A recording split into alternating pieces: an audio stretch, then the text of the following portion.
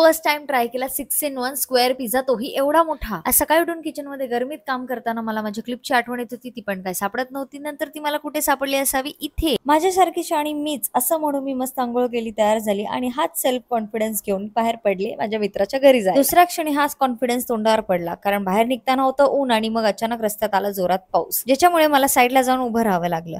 नंतर जेव्हा मी मित्राच्या घरी पोहोचले तर तिथे मस्त कडक ऊन पडलं होतं. ह्याच ऊन सावल्यांचा खेळ खेळत मी पोहोचले त्याच्या घरी. मी आणि मँडीने फालतूपणा केला नाही असं तर होणारच नाही. परंपरेनुसार हॉरर सिरीज लावली आणि मागवलं आमचं जेवण. पण आमचं जेवण यायला वेळ होता, तोपर्यंत ज्यांचं आलंय त्यातलं ढापणं तर इज इम्पॉर्टंट. आणि तेवढ्यातच आमचा ग्रुप पिझ्झाही आला.